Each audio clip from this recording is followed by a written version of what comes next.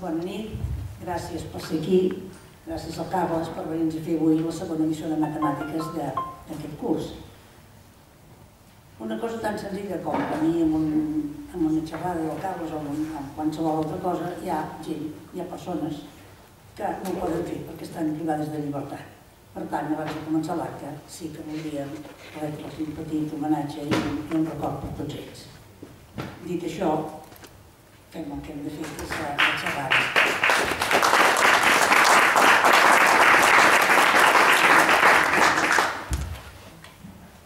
Bé, suposo que tots més o menys sabeu qui és el Carles. Repetiré breument el que ja vaig dir potser el dia passat i el que hem anat dient cada any, perquè el Carles és un catedràtic de matemàtiques que ha estat treballant en diversos instituts i escoles d'aquí a Sabadell. La gent, els alumnes que ha tingut de matemàtiques, els ha fet agradar les matemàtiques i es recorden que havien anat a fer, havien tingut de matemàtiques el Carles i l'Adol, per tant això és molt interessant. El Carles ha estat en col·lectius de recerca per la pedagogia de les matemàtiques, ha fet diferents articles també en revistes de pedagogia, però jo m'agradaria, a més ha fet molts rellotges de sol, l'obra dels rellotges de sol, moltes coses podríem dir d'ell, però jo ho abrejo molt perquè hi ha de parlar d'ell. Jo del Carles m'agrada aquests dies dir que em sembla que és un filòsof de les matemàtiques, perquè fa entrar en diàleg les matemàtiques amb moltes altres disciplines. Aquí, en les nostres xerrades, el Carles ha estat en contacte amb l'urbanisme, amb l'arquitectura, amb la pintura. En la xerrada passada ens va parlar del llenguatge. Esclar, el llenguatge que hi ha, la llengua i la literatura, però esclar, la música també és un llenguatge. I avui, ni més ni menys, que ens porta a parlar de la cartografia i una cosa tan àmplia com és la cultura. Jo no sé què ens dirà com s'ho farà, però vull dir per intentar parlar de la cultura. Per tant, aquí anem a donar pas a aquesta segona xerrada d'aquest curs amb el nom de Mapes de Territori o Miralls de Cultura. Bé, doncs, gràcies i comencem. Espero que la veu parlant-hi fins al final.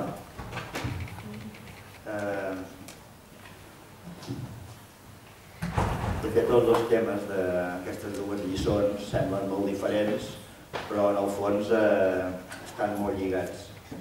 L'altre dia insistíem bastant que moltes maneres de parlar del temps era fer-ho en termes d'espai, perquè si no, no ens acabem d'entendre.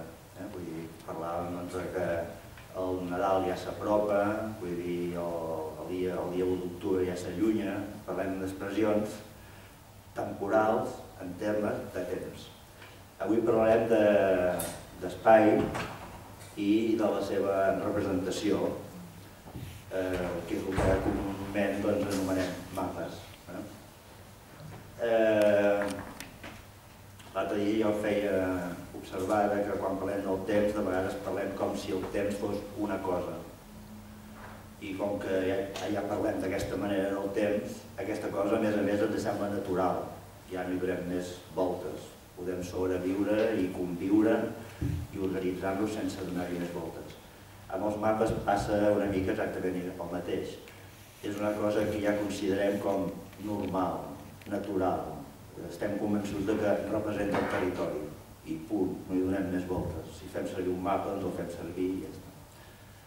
Jo voldria avui parlar dels mapes una mica des del punt de vista històric per fer veure que els mapes tenen una història i que aquesta història va vinculada a les necessitats, com l'altre dia remarcava, pel que fa al temps, a les necessitats i a la cultura. I per això hi ha aquest dubte en el sentit que els mapes són mapes del territori i quan parlem d'això donem per sobreentès que és fidel al territori o bé són miralls de la cultura, és a dir, que mirant mapes ens podem situar en un moment donat de la cultura nostra, o diversa anterior. Per començar, havia agafat aquest mapa perquè el trobo extraordinari en el sentit que reforça la idea de que un mapa no deixa de ser una representació que utilitza línies. I podríem fer una anàlisi d'això i veure com es va materialitzant al llarg de la història. Però aquest mapa, que se li atribueix a Cristòfol Colom en el seu primer viatge, doncs és que és una línia, solament una línia. És un mapa de la costa nord del que avui és la República Dominicana i Haití, que ell va batejar amb el nom de l'Espanyola. És la costa nord i està fet amb una sola línia. I això diem que és un mapa. I fins i tot de tornada la gent també s'ho va creure. Era un mapa d'una illa que ell havia descobert i que pensava, o deia, escrivia, que passava a ser propietat del rei d'Espanya. És a dir, que es necessita tenir una concepció de les coses molt determinada per acceptar que amb això sol passes a ser propietari d'una illa. De fet, aquesta línia, quasi, si ell, el Colom, l'anés descrivint, segurament faria gestos i quasi bé aquests gestos anirien resseguint aquesta línia i per tant d'alguna manera reproduiria gestualment segurament el recorregut que va fer ell amb vaixell al llarg d'aquesta costa nord d'aquesta illa, de l'Espanyola. De totes maneres, aquí se li veu les intencions també. Aquí bateja aquest cap que està a la dreta, que és Sant Nicolàs, perquè hi arriba el dia abans de Sant Nicolàs, principis de desembre. Després hi ha una illa, més amunt, aquí hi ha una illa, que la bateja com la illa de la Tortuga, i després aquí posen Nativitat, perquè aquí és on ell estableix la primera colònia de gent arribada de la península, aprofitant que la Santa Maria s'estavella contra la costa, en aquest punt, doncs a causa d'una maniobra falsa, aleshores aprofiten totes les restes de la Santa Maria, totes les fustes, totes les coses, per construir un primer assentament que certifica que aquí hi ha arribat gent de la corona, en aquest cas mariners de la península, sense entrar en discussions de tot l'origen de Colom, dels qui eren els mariners, etc. Tot això passa una miqueta per alt. De totes maneres, aquí també se li veu a Colom les seves intencions. La seva intenció no és evitar aquestes illes. Si hagués evitat aquestes illes, ens hauria representat o explicat o d'alguna manera què hi havia a la illa, qui hi trobava, què hi feien, per on passava, quins dies s'hi quedava, un lloc o un altre. No, ell passa per la costa, amb això sol ja en té prou, perquè el seu únic objectiu és tornar cap a la península a fer saber que ell ja ha descobert això, que continua pensant que és l'extrem, diguem-ne, proper al Japó.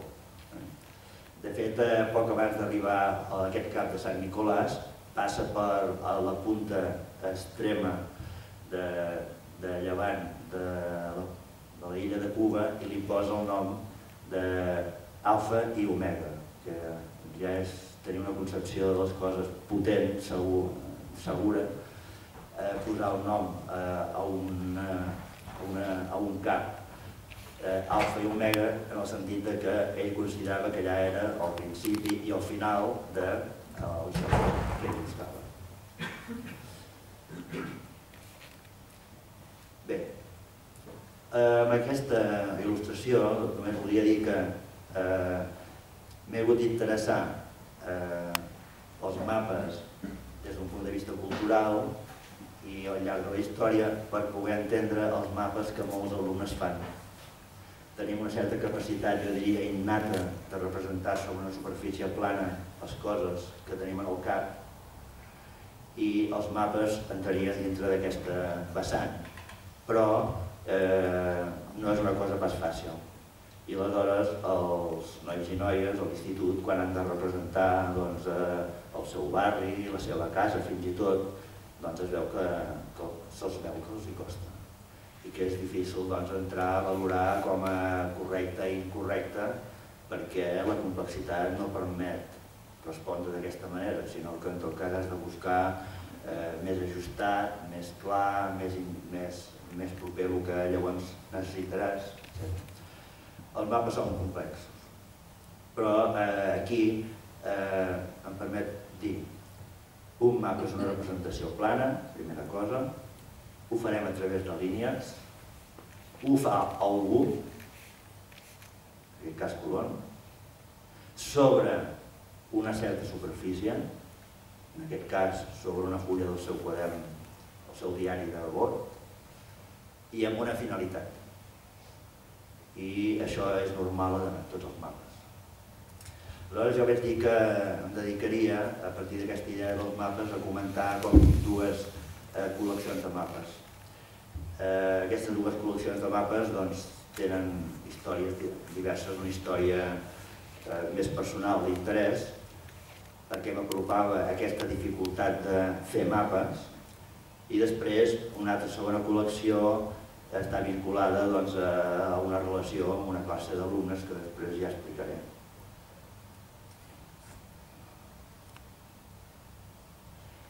La història que vull... La primera part d'aquesta primera col·lecció té a veure amb la història següent. A partir de des de sempre, però sobretot des que Colón ha arribat a la illa de Cuba i la República Dominicana, avui dia, coneguts amb aquest nom, aleshores hi ha tota una sèrie de gent que es dedica a fer mapes d'aquestes descobertes. Aleshores era freqüent que en els estats que ja eren potències com la dinastia espanyola, els francesos, els anglesos després, més endavant Itàlia, Alemanya, vull dir, tots van tenir interès per cartografiar aquest món que era conegut. A finals del segle XVIII, el rei d'Espanya va anomenar George Real a un senyor que es deia Don Tomàs López i li demanava que fes un mapa complet de tots els seus dominis a la península. I a aquest senyor se li va ocórrer enviar una carta a cada un dels pobles i ciutats i viles de la península, ho adreçava a persones que tenien una certa autoritat, la majoria eren el capellà, o bé era un metge, o bé era el jutge, i li demanava que fes un mapa del seu territori a 2 o 3 llegües a l'entorn de l'església principal, que ja és una concepció de com han de ser, com són les coses d'aquesta època. Moria l'any 1805, esgotat, després d'haver intentat coordinar i unificar la quantitat de mapes que li van fer arribar. Amb aquesta sola indicació d'un mapa del seu territori, 2 o 3 llegües a l'entorn de l'església principal, cada un ho va fer com va poder, de la manera que va poder, amb la finalitat que li va semblar que responia millor a la petició, però els mapes van ser tan diversos que va ser impossible unificar-los. I aquest senyor va morir ja desmutat i sense acabar-ho, i això va quedar arxivat fins que recentment va haver-hi algú que ho va saber i ho ha investigat. Jo vaig trobar-ho en el catàleg d'una exposició que va haver-hi sobre mapes a París, i hi havia una part dedicada a aquests. Aquest és un mapa dels que va rebre, el mapa d'Alcalá del Júcar.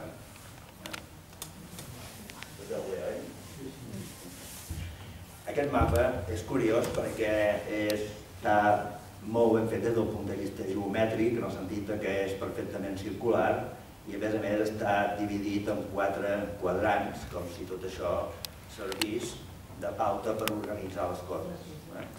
A més, posa el nord a dalt, al migdia, al sud, a baix, a orient, ponent. De totes maneres, aquest mapa està imprès en el lloc que ho vaig veure jo d'aquesta manera, però és segur que aquest mapa no va estar dibuixat des d'aquesta posició, sinó que va estar dibuixat des d'aquesta posició, que és des d'on es poden llegir les coses.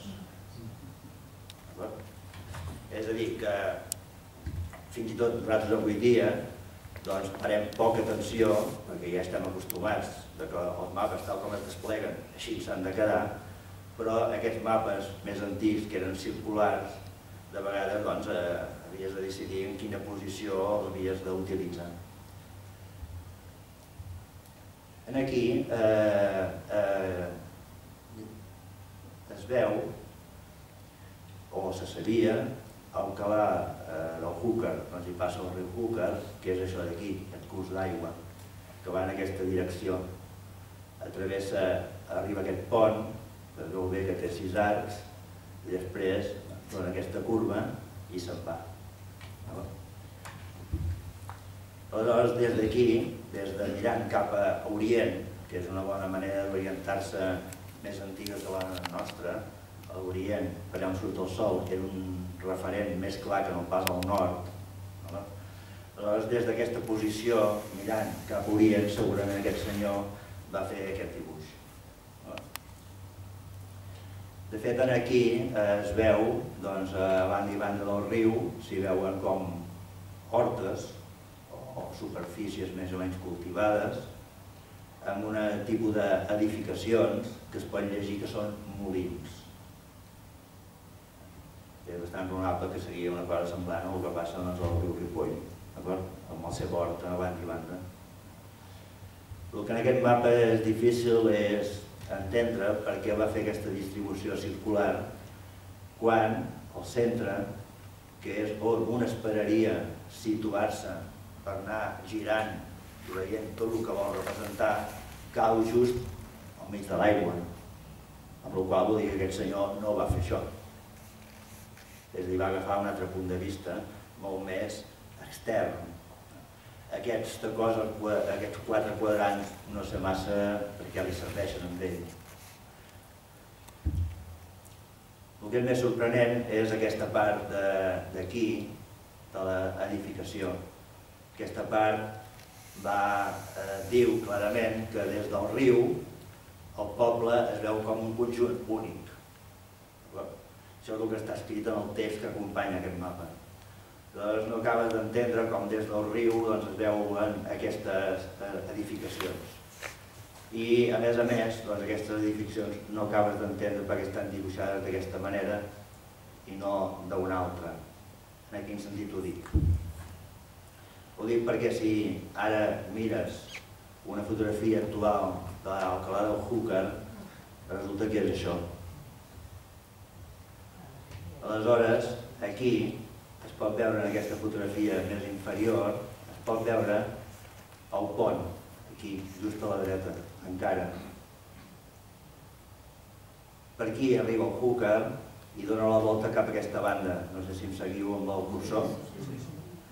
El riu Xúquer ve d'aquesta banda perquè fa una U exacta que envolta aquesta muntanya. El riu ve d'aquesta banda d'aquí, dona la volta, passa pel pont, se'n va cap a l'horta on hi ha els molins. I tot el poble de Xúquer està posat aquí, en aquesta vessant de la muntanya. Per tant, ell té raó que des del riu que ell dibuixa es veu el poble com un pessebre. Per tant, aquesta església que hi ha aquí dibuixada està a prop del pont i llavors tot el pont se'n va cap enllà. Tot el pont se'n va cap enllà. Això en el dibuix costa molt d'entendre. Un hauria d'entendre que retallen el dibuix del poble. Per exemple, el mapa de Cisneros del Campos doncs també és un dels dibuixos que arriben. Com que aquest poble era murallat, doncs aquí la decisió de tancar-lo ja no és una decisió geomètrica, estètica, com a l'altre cas, sinó que és una realitat. Sí, aquest mapa és un mapa molt sintètic, una mica abstracte, quasi sembla un circuit elèctric. Però l'únic que es veu bé és l'església, que està aquí, però de la manera que estan escrits els nombres significa que la persona que mirava o escrivia els nombres estava en aquesta banda d'aquí. Per exemple, la persona que aquest mapa no podem saber com està orientat, així com l'altre hi havia els 4 punts cardinals posats, aquests no. Únicament hauríem de fer-ho de manera indirecta, és a dir, si sabem que l'església, l'absis sempre era a llevant, vol dir que l'est està en aquesta banda del mapa. El campanar aquest, que és ben estrany, tal com està dibuixat, perquè el campanar està en alçat i la planta està en planta, són dues maneres de veure les coses sobreposades. El campanar apunta cap al nord, aquest mapa està fet d'alguna manera des del sud mirant al nord, pel que fa als nombres que hi ha escrits a dintre del mapa. És interessant el número 13 que posa sortida lliure cap al camp. És a dir, que el número 13 hi devia haver-hi una porta antiga, però que a aquesta època ja era lliure per sortir cap al camp, perquè abans d'aquest segle XVIII la majoria de portes tancaven a una hora i ja no entrava ningú. Per tant, l'entrada no era, i la sortida no era lliure. Si aquest mapa d'aquí juga amb els nombres i les llistes, va fent aquesta composició entre gràfica, numèrica i llistada com una literatura, aquest d'aquí ja més utilitza l'alfabet, ja no utilitza cap línia. Aquest és un mapa ben estrany, és dels més estranys que es pot veure perquè no utilitza cap línia per fer un mapa. Només aquí hi ha una línia que el que fa és separar un text en forma de llista del mapa. Aquest mapa de Hebra, doncs, cada lletra representa una cosa. La C vol dir casa, C vol dir casa, vol dir carrer. I D, àrbol, doncs D, doncs aquí hi ha una filera d'arbres que segurament envolten una espècie de rec que hi ha aquí. Aquí la I és una font, aquí la J comença un riu i aquí ho posa, hacia el riu. I que tot això d'aquí és una espècie de rec o riu que travessa el poble. De totes maneres, aquí es pot arribar a intuir un cert relleu, perquè d'alguna manera aquesta G d'aquí són, ho diu a la literatura, diu montes, F són cerros altos, que com que n'hi ha molts aquí sí que utilitzen la lletra F per englobar-los tots, i la E són vinyes i oliveres. Per tant, hi ha un primer nivell darrere dels carrers que ja comença a pujar cap a la banda que dona migdia, diguem-ne, doncs on hi ha vinyes i oliveres, i per darrere continua pujant aquesta vessant que dona migdia, que ja són muntanyes. Per tant, fins i tot aquest mapa que està fet d'aquesta manera tan especial, que un diu, bueno, i per què ho fa així? Bueno, perquè segurament aquest senyor, si era el rector, o qui fa això, doncs sabia escriure. Acostumaven a saber escriure, havien de fer els llibres de defuncions i de naixements. Per tant, la seva eina principal quina era? L'escriptura i l'alfabet, i per tant no tenia res més. I això ho utilitza per aquesta finalitat d'intentar representar. Si aquí no hi ha ni cap línia i només utilitza l'alfabet, doncs aquest de Vilanueva ja és una mica el contrari. Aquí no és que utilitzi les línies, que és impossible, no he pogut saber, m'he dedicat estona a mirar amb lupa, a entendre. L'únic que he pogut entendre de tot això és que aquí hi ha un camí que porta cap a Bilbao, Vizcaya. Això vol dir que he buscat quantes Vilanueves hi ha, n'hi ha dues a Navarra, jo crec que aquesta ha de ser una de les dues que hi ha a Navarra, segurament la que està més a prop del País Basc, que aquí porta cap a Bilbao.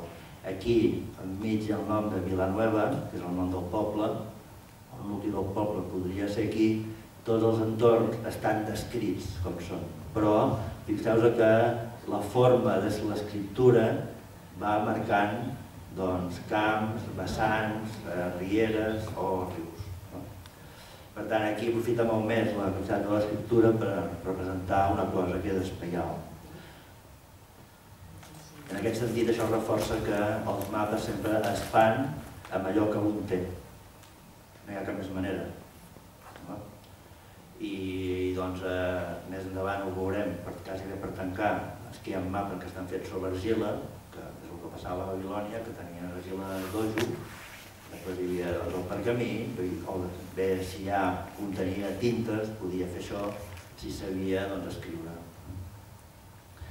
De fet, mirant i mirant tota aquesta literatura i mirant l'eina que ara tenim nosaltres del Google, i comprovat que això del Google ho podem considerar molt normal, però normal tampoc ho té. No he aconseguit aclarir de les dues Vilanueves que he trobat quina és la que va fer just això. Mirant i pujant i baixant amb el Google, no hi ha manera, entre altres coses perquè manca una escala.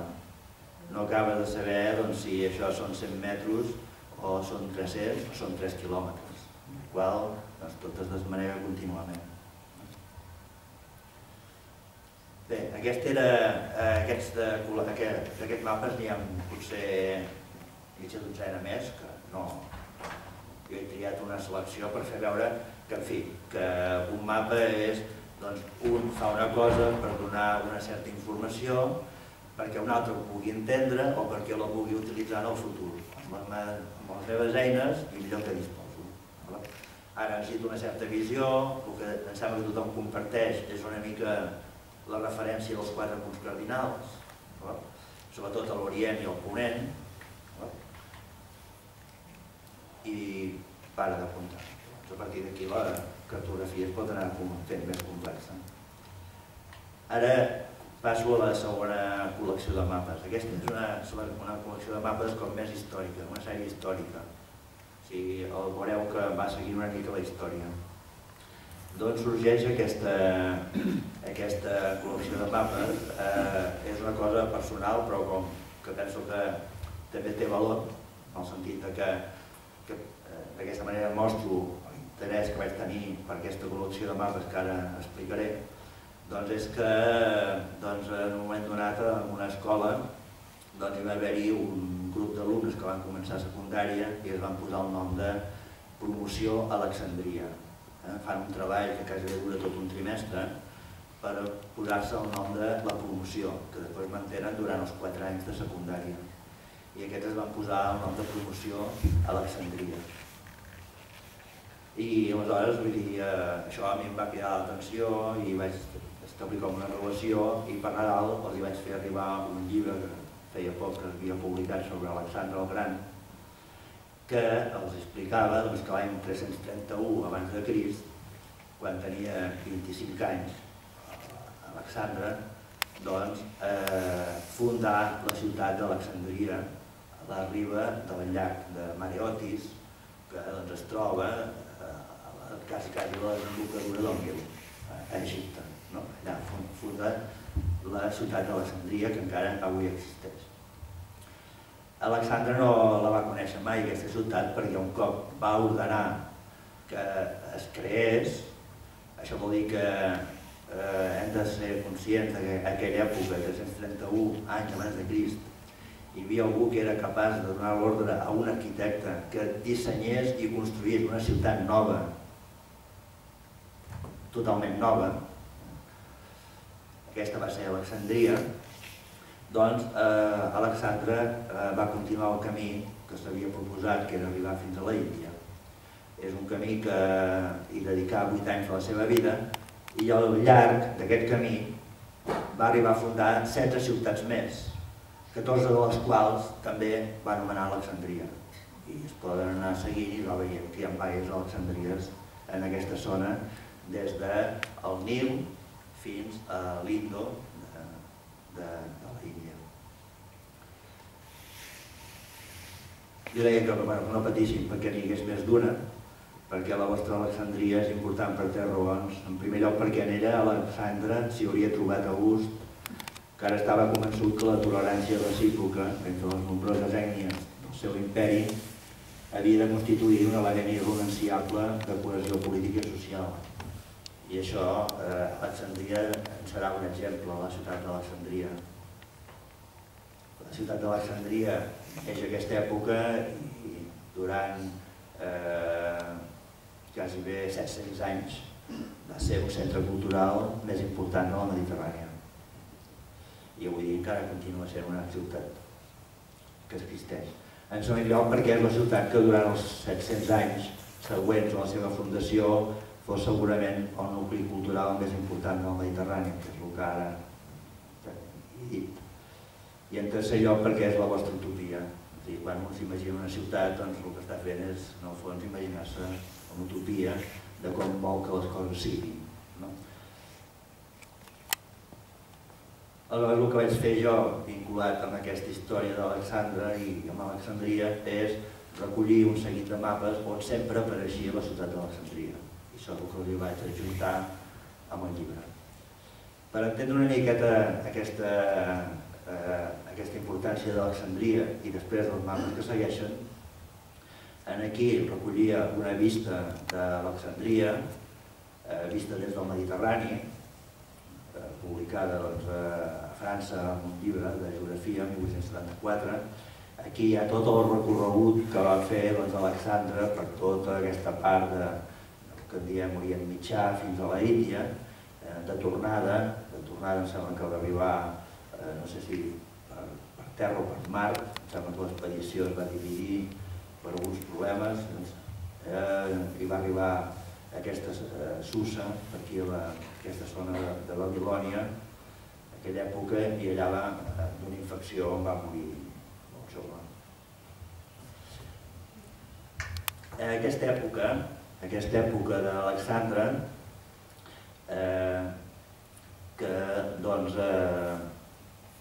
és 330-31 abans de Crist, doncs és resultat, des del punt de vista cultural, de tota la cultura grega que sorgeix a Pèrsia i en el seu entorn al segle V abans de Crist.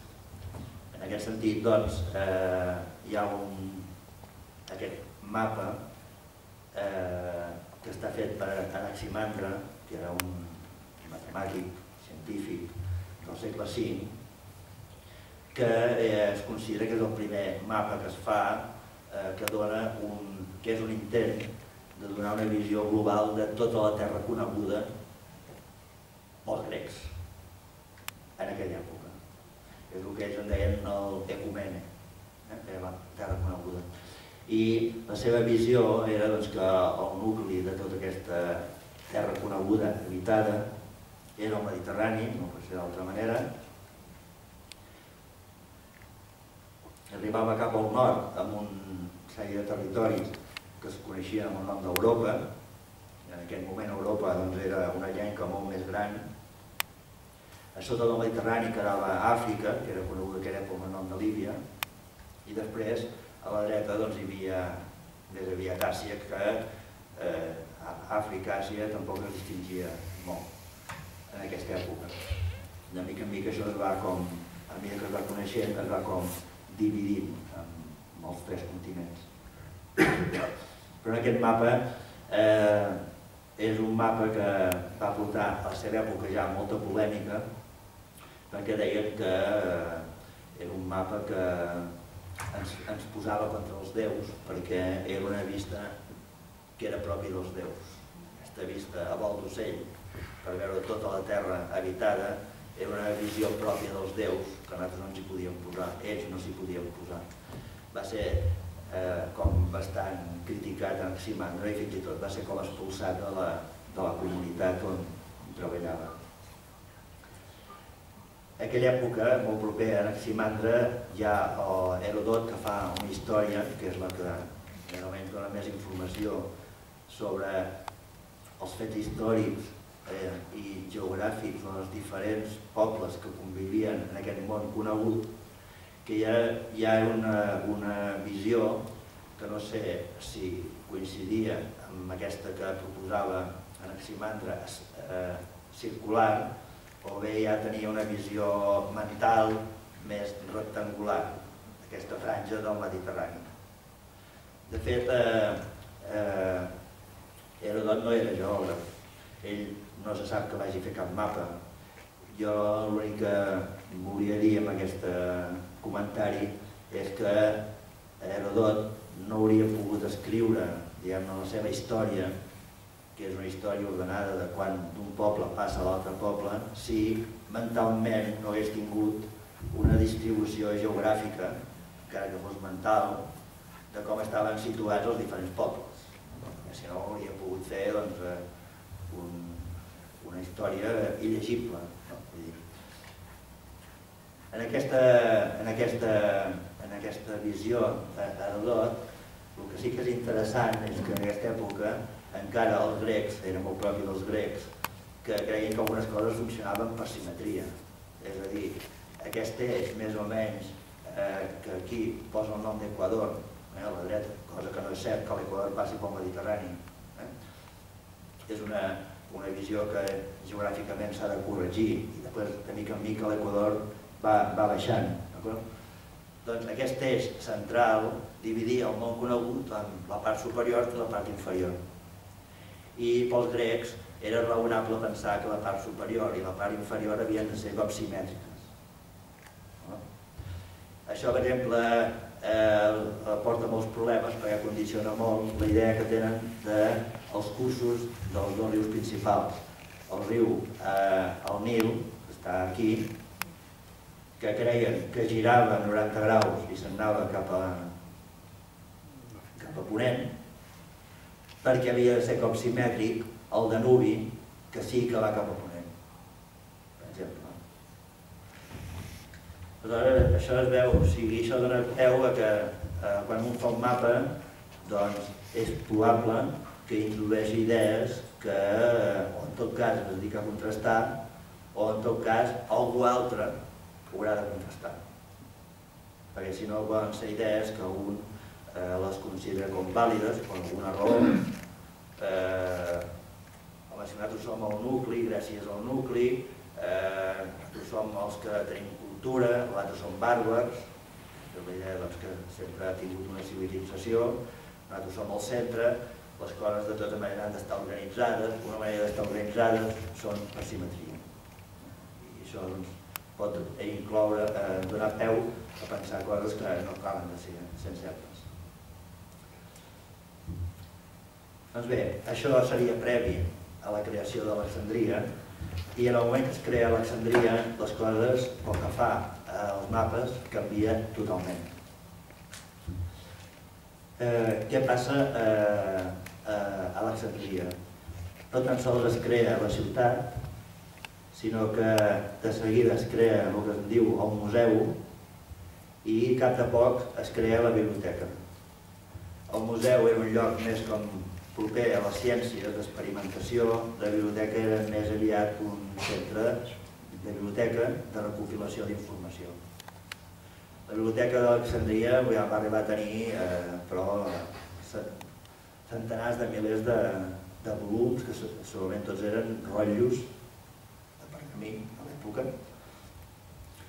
Aquesta biblioteca tenia molts mitjans, fins al punt que hi havia gent que era responsable, perquè això està ben documentat i ho he vist esmentat totes les coses que he pogut llegir, tenia un sistema de control del port d'Alexandria, de manera que qualsevol vaixell que arribava era revisat a veure quins llibres portava.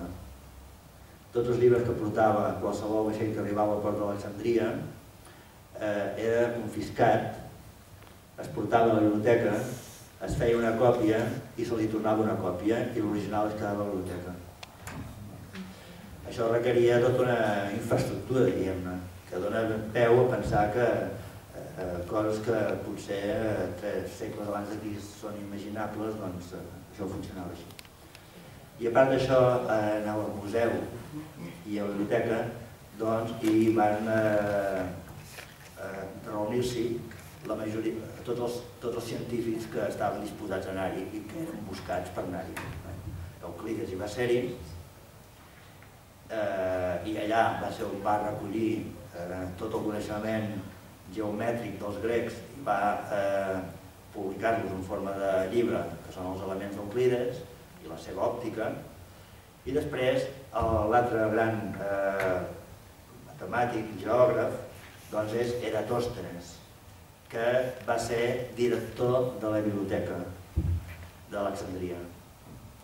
I en aquest sentit va poder també recollir totes les aportacions de tipus geogràfic que hi havia en aquell moment i el va poder començar a sistematitzar. He trobat curiós que Eratòstenes, que va ser director de la biblioteca, ho va ser-ho 40 anys.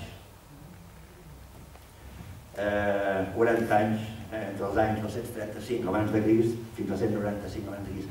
Jo trobo que és sorprenent 40 anys perquè demostra com una estabilitat que també des de la nostra època no ens l'imaginem. Ens imaginem contínuament que estaven en guerres anant i venint, perquè això és el que ens explica, ens expliquen les guerres i tot anava de guerra en guerra. Un no pot estar 40 anys sent director de la biblioteca doncs si no hi ha una certa estabilitat.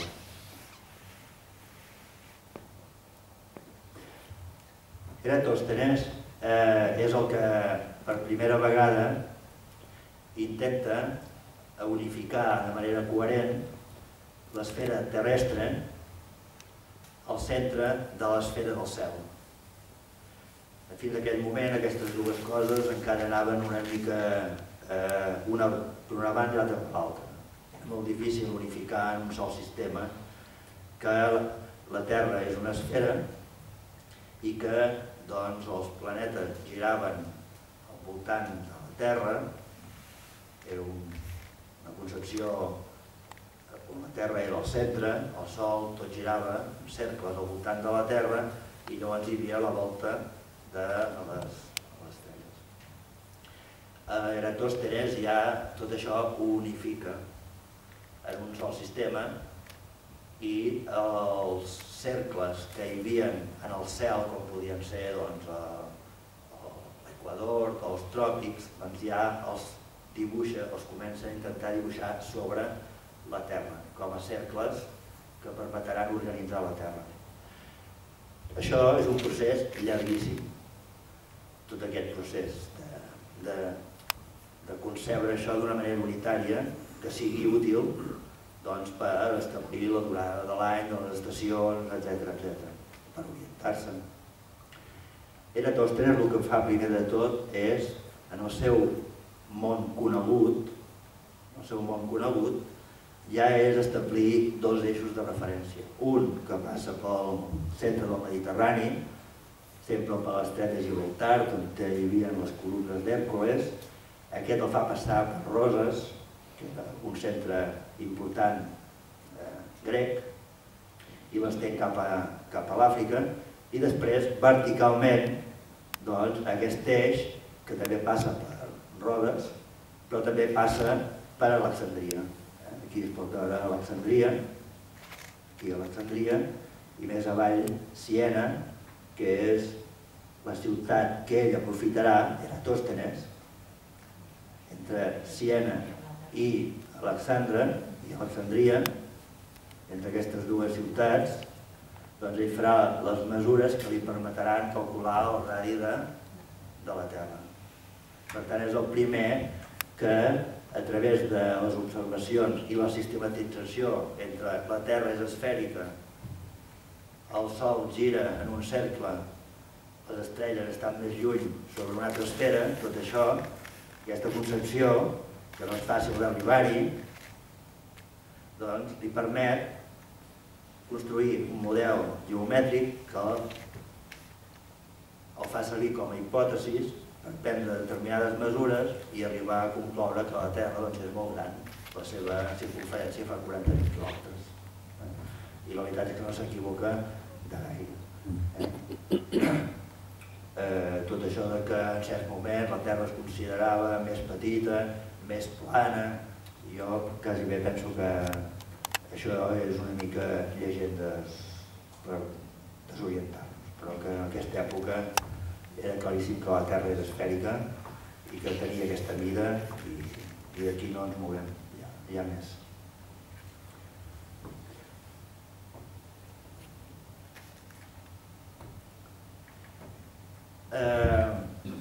A partir d'Eratòstenes,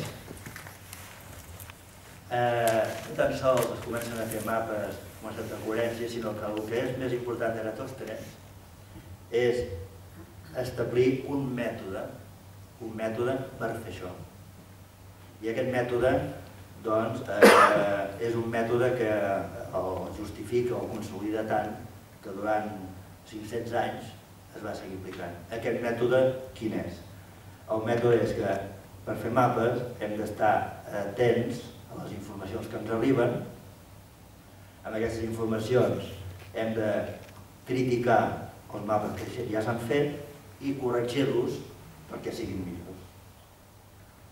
I aleshores, vull dir, hi ha tota una sèrie de científics, comença per Eratòstenes, després seguirà Hipàrc, al segle II, després Estrabó, a l'any 0, Marí de Turí, al segle I després de Crist ja, i finalment Ptolemeu, segle II després de Crist. Per tant, han passat 500 anys que han seguit, a partir d'aquest mapa, anar-hi afegint informació que els hi arribava per criticar les incoherències que això representava i intentar, a partir d'aquesta crítica, corregir un mapa amb aquestes noves informacions, incorporar-les i millorar el mapa. I això, doncs, com que hi ha aquesta estabilitat a Alexandria, doncs ho fa possible. Aleshores, hi ha un salt brutal entre els primers mapes d'Eratòstenes fins a arribar a aquest mapa de Ptolemeu, segle II després de Crist, on ja podem veure que és un mapa on ja comencen a haver-hi els meridians i els paral·lels, que és una aportació de Ptolemeu. Meridians i paral·lels, tal com ens arriben avui dia els mapes. Això ja queda definitivament establert a partir d'aquesta època. Què fa només tota aquesta gent? L'únic que va fent és tots els viatgers que arribaven, tota la informació que donaven, intentaven incorporar al mapa, si creava contradiccions, donaven informació de noves recerques, perquè rebessin noves informacions i van anar millorant els mapes fins a arribar a aquesta visió, sobretot aquesta part central de l'Ecumene, del mar Mediterrani. Fixeu-vos que aquí, a l'època de Ptolemeu, al nord d'Europa encara era terra desconeguda, l'Àfrica encara es considerava molt desconeguda, i la Índia ja començava a estar molt més definida que no pas a l'època d'Eratòstenes. En aquest mapa continua apareixent-hi Alexandria, que és on Ptolemeu treballa. Ptolemeu és quasi un dels últims grans científics d'Alexandria, al segle II després de Crist. Després encara en vindrà alguns altres fins al segle III, poder, o IV, fins a arribar al cas d'Hipàtia, d'Alexandria, que té valor perquè era directora del museu, em sembla, i era una dona. I en aquest sentit, també és un referent a tenir en compte. Fixeu-vos que entre aquest mapa i el d'Eratòstenes hi ha una diferència important. La diferència important és que a l'eix vertical s'ha desplaçat perquè ara, en el cas de Ptolemeu, l'eix vertical és aquest meridià que tanca o comença el mapa, que és un meridià que passa per les Canàries. I això, que el meridià aquest de referència passi per les Canàries, ja no passi per l'estret de Gibraltar, sinó per les Canàries, permet anar incorporant tota la informació que arriba dels fenicis, sobretot, que comencen a usar deixar per la costa d'Àfrica i aportar informació, o bé recollir tota la informació de la gent que ha viatjat per aquesta banda de l'Atlàntic fins a Gran Bretanya, que també hi ha viatges molt documentats ja a l'època d'Eratòstenes, de gent que havia arribat fins a aquestes latituds, diguem-ne. Tot això cada vegada està més ben recollida la informació. Però és que la informació té un problema. El problema és el següent. La situació en relació a aquesta línia horitzontal de referència, cap al nord, cap al sud, és el que és la latitud. I la latitud, pel que fa a aquesta zona de l'Ecumene, doncs es pot trobar amb precisió fent observacions respecte a la polar. Mentre tu et mous pel Mediterrani, la polar sempre la pots veure i per tant sempre pots trobar la latitud, si estàs més al nord o estàs més al sud. Quan vas a l'Àfrica, doncs, has d'anar en compte a no perdre la polar. És a dir, a mesura que vas baixant a la costa africana, la polar cada vegada la veus més baixa, més baixa, més baixa, i arriba un moment que la perds en l'horitzó. En el moment que perdies la polar en l'horitzó, ja la gent era incapaç de trobar la latitud, i per tant es perdia. Per això, les latituds dels llocs, dels diferents llocs, està bastant ben trobada des d'aquest moment i sobretot molt més des de Ptolemeu, perquè ara Ptolemeu no tan sols és un geògraf, sinó que era un matemàtic, havia treballat l'òptica i també havia construït molts instruments de mesura per poder fer aquestes coses. Però en canvi, la posició cap a l'esquerra o cap a la dreta, cap a llevant o cap a ponent, això és la longitud. I això, a aquesta època d'Eratòstenes i de Ptolemeu, no era possible trobar-la amb precisió. Es havia de mesurar només en jornades de navegació. Si navego més o menys faig 100 milles per dia i si vaig per terra doncs més o menys faig 1.000 estadis per dia i així anaven tirant. Amb la qual doncs les posicions respecte a aquesta línia central vertical pel que fa a la longitud doncs era bastant difícil de trobar, tot i que el treball sistemàtic de Ptolemeu ho facilita i comença a aparèixer un mapa ja bastant ben definit, tot i que la part de llevant de l'Àsia doncs encara és bastant imprecisa.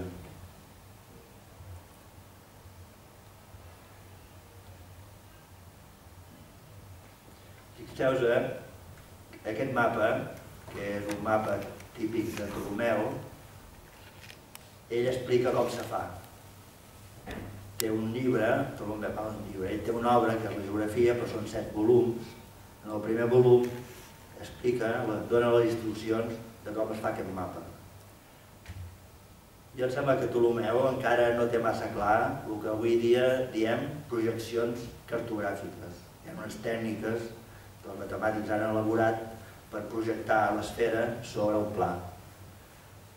Ptolemeu, per l'explicació que dona, no fa servir una projecció matemàtica. Això no vol dir que no utilitzés les matemàtiques, sinó que més aviat ve a dir que ell, la latitud i la longitud li permet situar cada punt sobre un globus terrestre. El globus terrestre li pot dibuixar els meridians i els paral·lels. Sobre aquest globus ell pot anar marcant.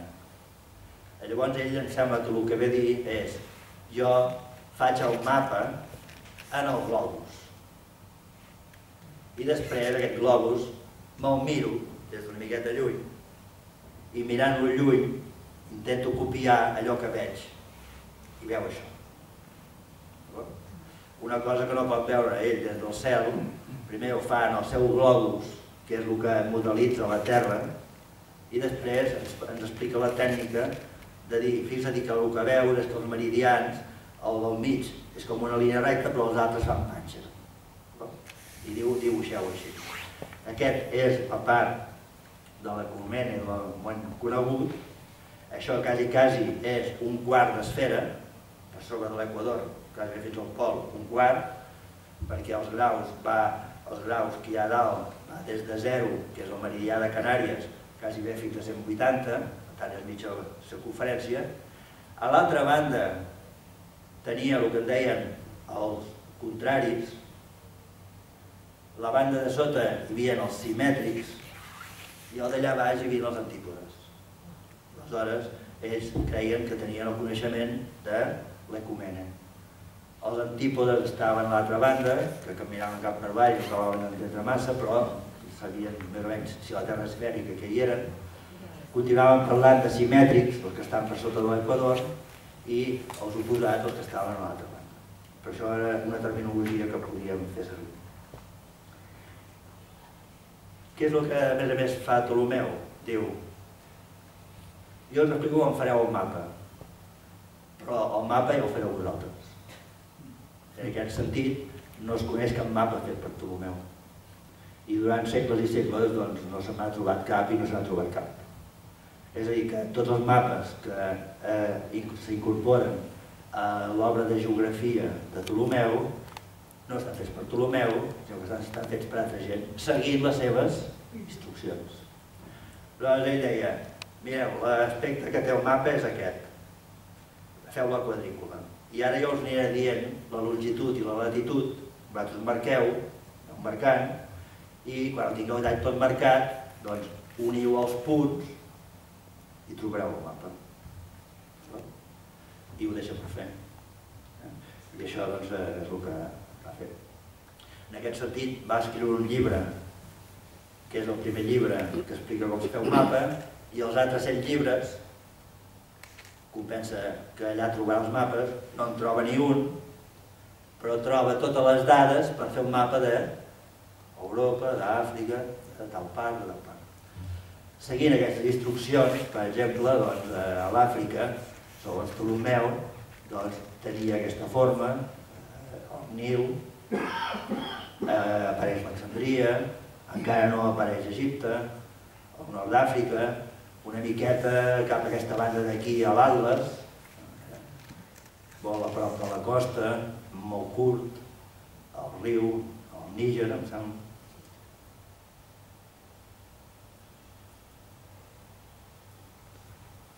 Aquest mapa com està fet?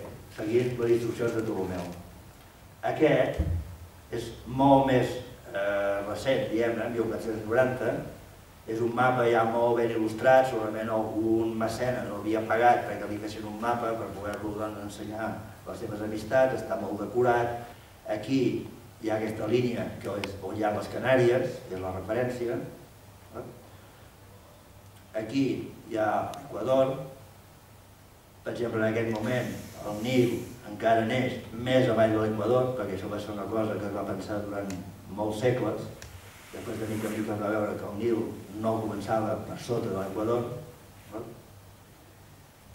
Però com estava fet aquest mapa? Seguint les instruccions de Ptolemeu. Quines eren? Per exemple, de la geografia de Ptolemeu hi ha una còpia del 1542 a l'Institut Cartogràfic de Catalunya. Doncs bé, en el llibre, em sembla que és el llibre 2, podeu veure que aquí no hi ha cap mapa, sinó que el que hi ha són llistats de ciutats i accidents geogràfics, cada un amb la seva longitud i latitud. Buscant, aquí pots trobar aquí Tarragona, aquí Cubelles, Barcelona, Llobregat, Badalona. De cada una d'elles, per exemple, a Barcelona, diu 1715, que és la seva longitud, 41,0, aquest punt significa 0, 41,0 de latitud.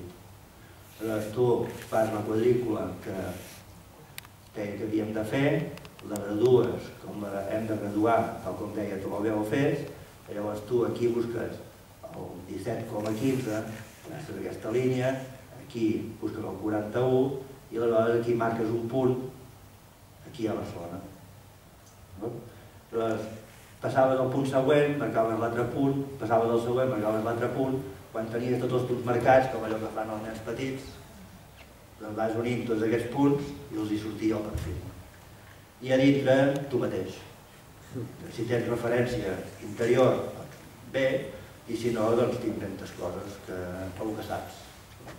Però aquests eren els mapes que es feien seguint Ptolomeu. Això que Ptolomeu havia deixat també escrit, resulta que els àrabs ho recullen, però a Europa es perd. O sigui, a Alexandria, al nord, el món àrab, tot això ho coneix, s'ho fa seu en el seu moment, a partir del segle VI, segle VII, i ho va estenent, tot això més o menys és conegut, però de totes maneres tampoc no els és fàcil fer mapes, tècnicament sempre és difícil pel material, vull dir, no és que sigui... Hi ha moltes coses que si no són en pergamí no s'aguantaven, fins que no hi ha l'impremta no es comença a generalitzar aquestes còpies de mapes com aquest que hem vist aquí, 1642, ja portem 100 anys d'impremta, doncs això és possible fer-ho, però si no... Aleshores, a Europa, durant aquests segles en què l'islam és la cultura més important, doncs tot això no ho coneix, retorna una mica a aquest plat de grec rodó i continua pensant d'una manera que aquí al mig hi ha el Mediterrani, que és aquesta línia blava, això és el Nil, que se'n va cap a l'Atlàntic per néixer, això és el Nil, aquí hi ha Alexandria, això sí, aquí hi ha Jerusalem, que era el centre religiós important en aquella època, la cultura l'Església Catòlica com la bizantina. Aquí fins i tot es pensava que a prop de Jerusalem, no massa lluny, havia d'haver-hi el paradís terrenal, que està representat aquí.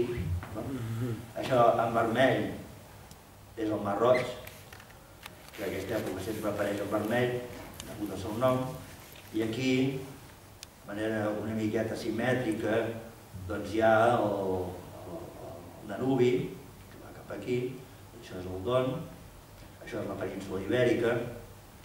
Tornem una miqueta aquí a Europa, doncs aquestes imatges que intenten més aviat donar una informació de com van les coses, però no es mouen pas en el terreny de la precisió que havia aconseguit ja Ptolomeu. Aquest mapa mundi, que no és pas de gaire més tard que l'anterior, 1200, és molt més complet, l'únic que passa que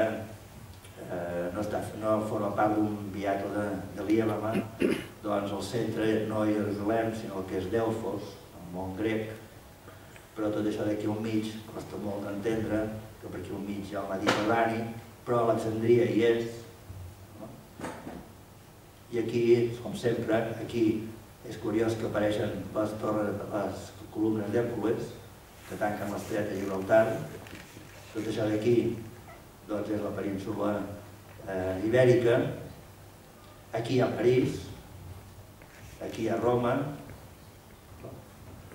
però és un conjunt d'informació que continua tenint aquesta imatge circular centrada en un punt que té un significat simbòlic com Jerusalem, Delfos, Grècia, però que no aporta res a la cartografia. Però no deixa de ser interessant, perquè això recorda molt el primer mapa d'Alcalá de Júcar. Ve de saber si el rector d'Alcalá de Júcar no havia vist algun mapa d'aquests circulars d'aquesta època que continuen estant presents.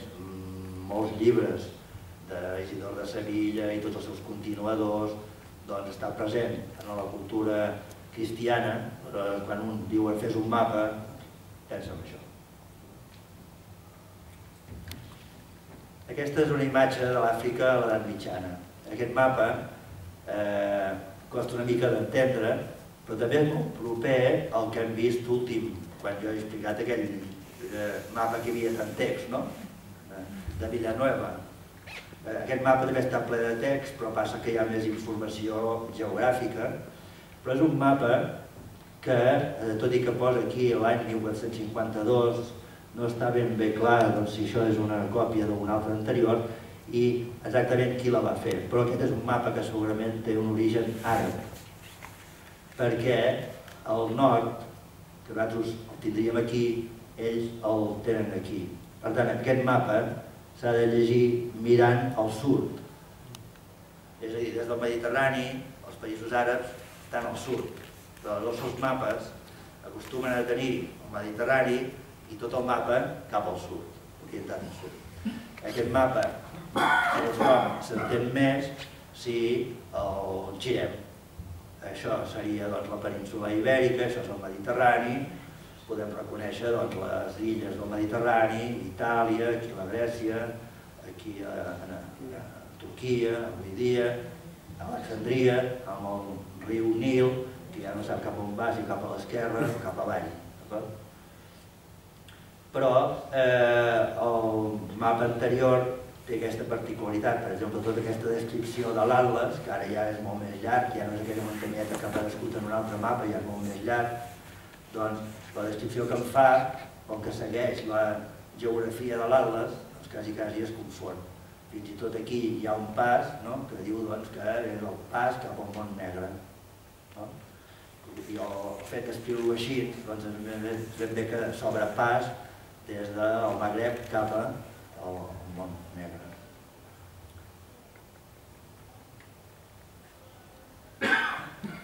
Aquí es pot veure la Meca, aquí hi ha la Meca. Bé, és un mapa de l'Àfrica. I per què és tanta Àfrica? Bé, perquè jo volia que aparegués Alexandria, ja ho he dit. Per tant, això es podria fer amb altres mapes. Però aquest mapa ja és de Juan de la Cosa, que va viatjar amb Colón i encara està fet el 1500. Però aquest mapa és interessant, parlant d'Àfrica, perquè el 1500 ja els portuguesos ja havien donat la volta a l'Àfrica. I aleshores aquí a l'Àfrica ja no apareix a partir d'un cert moment com a terra incògnita, sinó que ja apareix tota la costa amb força detall, tot i que l'interior del sud de l'Àfrica és menys conegut que no pas el superior, al nord. Això es veu per la quantitat de dibuixos que hi ha en un lloc i en l'altre. A dalt de tot està ple de reis, edificis, etc. A baix, a part d'algunes banderes que deuen ser portugueses, no hi ha gran cosa més. Però aquí, a partir d'aquest any, els portuguesos ja han pogut donar volta al Cap de Bona Esperança, que es troba aquí, fent unes travessies que eren llarguíssimes, eren d'un any, se sabia exactament en quin moment havien de sortir de Lisboa per aprofitar no tan sols els vents, les corrents d'aquesta banda, sinó sobretot les corrents que els havien de portar cap a l'Índia. Llavors havien d'esperar mig any per aprofitar les corrents contràries per poder retornar. Aquí a Alexandria, està aquí dalt, Egipte encara no apareix, el Caire encara no apareix, però aquest mapa es veu que està fet per una persona vinculada a la navegació, perquè encara continua utilitzant les roses dels vents que venien del segle XIII. Els portolans tots portaven les roses dels vents. Aquí, aquesta rosa dels vents pot ser una rosa dels vents. Aquesta d'aquí és difícil d'entendre si és una rosa dels vents aprofitant el far d'Alexandria, de manera que la rosa dels vents es confon amb els ratxos del far.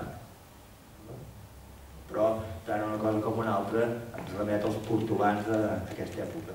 Aquí ja es veu que l'Equador ja està més ben situat, el Nil encara sembla que el traspassi, això aviat s'acabarà. Aquí hi ha aquest tròpic, ja es pot trobar bastant bé, però encara no supera la precisió d'un Ptolemeu, pel que fa a meridians i paral·lels.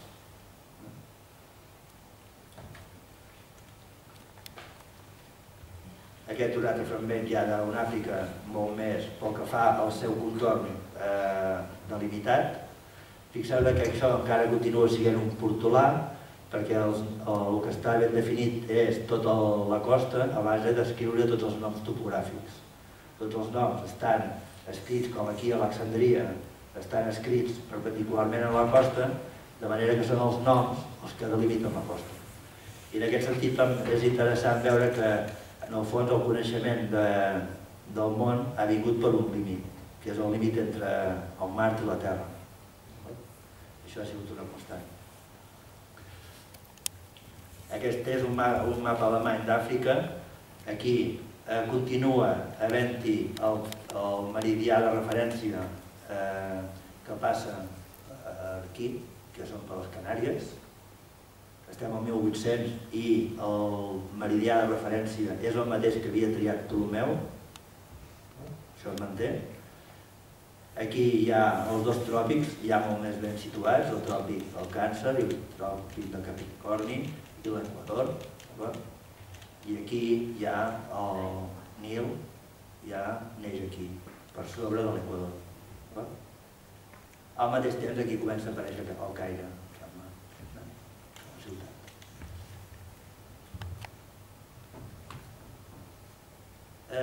Aquest no és un mapa d'Àfrica, sinó que és d'Europa. Però aquest el trobo molt interessant, particularment interessant, perquè és que a Europa no ens traiem l'eurocentrisme, per dir-ho d'alguna manera.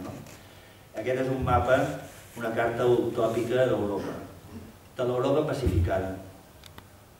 Pacificada o pacífica, no acabo de saber ben bé llegir aquesta expressió en francès, però té el mateix sentit d'un mapa utòpic d'una Europa formada per grans estats. Si aquí es mira, està els estats amb una confederació europea, això podria ser un antecedent de la Unió Europea actual. Hi ha un esforç per delimitar uns grans estats de manera coherent. La part em sorprèn més i no trobo cap explicació, perquè el mapa està ple d'explicacions, però aquí hi ha aquesta confederació franco-galois, em sembla que posen, que el seu color clar arriba fins aquí. Jo no sé si això encara és el resultat de les guerres del francès, amb el qual la península ibèrica quedava reduïda a la seva part de ponent. Aquí continua havent-hi a Alexandria.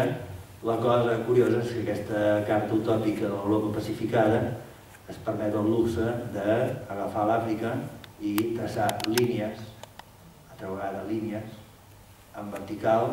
Cada franja d'aquestes l'atribueix a una nació. Aquesta d'aquí és el Marroc, atribuïda a Espanya, Algèria, atribuïda a França, Tunísia, atribuït a Itàlia, i camps pacífics. Els europeus pacífics i els altres, si si travessen una d'aquestes línies, doncs se'ls hi pot tirar un tret. Aquestes línies són línies com les que va dibuixar Colón, que és una línia, però que no té en compte si travessa què? Si travessa un territori on fa 1000 anys que hi viuen una certa ètnia i tenen una certa organització social pròpia, uns certs recursos. Per tant, l'Europa, per ser pacífica, sempre tinguem un bon rebost aquí baix. Aquí baix hi ha un text una miqueta llarg que està traduït. Els europeus hi trobem rutes fitades, en realitat aquí hi ha fites que no ens hi perdem, vaja, per pous artesians i ombrejats per palmeres.